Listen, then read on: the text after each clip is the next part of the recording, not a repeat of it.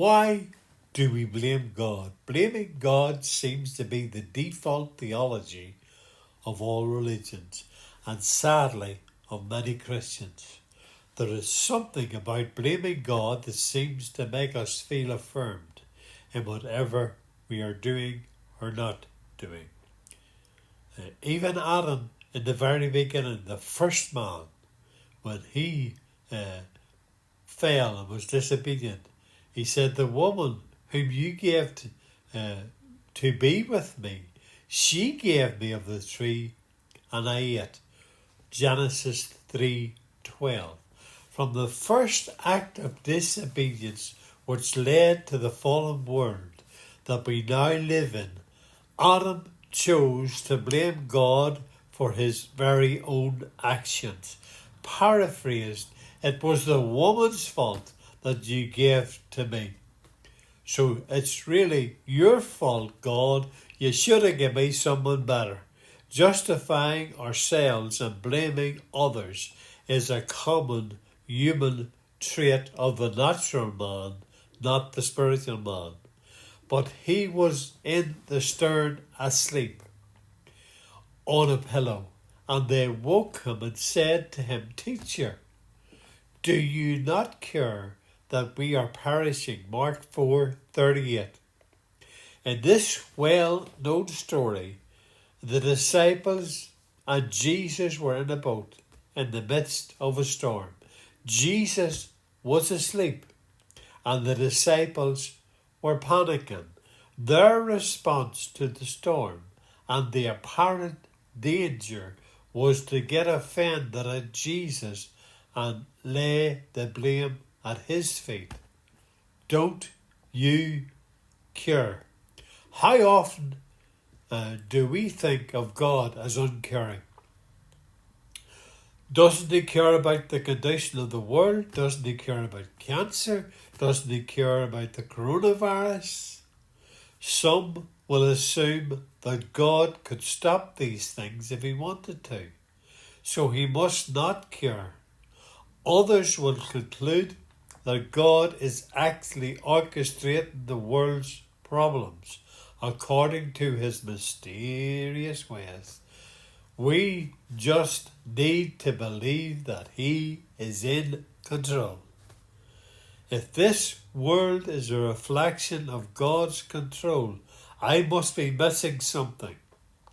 Why did Jesus come to destroy the works of the devil? 1 John 3:8. If there is an enemy which works, why do we blame God? Jesus is the one who has come to redeem us from Adam's sin and the enemy's work. And yet we continue to blame him for evil and excuse ourselves from responsibility, just like Adam did. And we mightn't say, "It was the woman you gave me," but it'll be something else that you allowed, Lord. It's your fault. God is not controlling you, and he isn't controlling anyone else. He is not controlling the weather. Why did Jesus rebuke the storm if God sent it?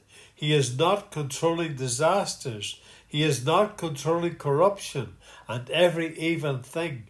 God is waiting for his children to believe his word, to walk in faith, and now to him who is able to do exceedingly abundantly above all they can ask or think, according to the power that works in us. There's a power that's working within you. Allow that power to be released and come out and go into all the world, heal the sick, raise the dead.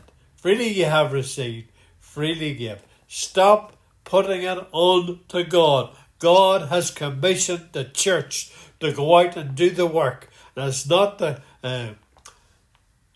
continue the work. It's to proclaim the finished work that Jesus has already done. Jesus is not to blame for storms.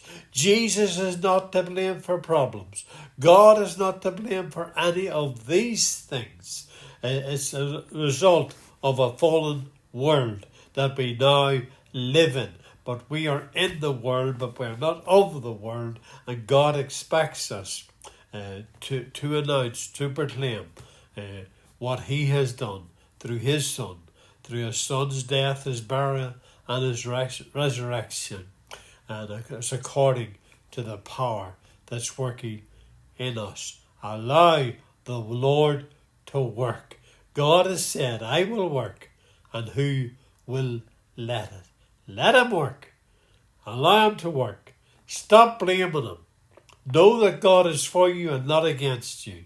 Know that his thoughts towards you are of good and not of evil, to give you an expected end. Rejoice in the Lord and be exceeding glad, for he loves you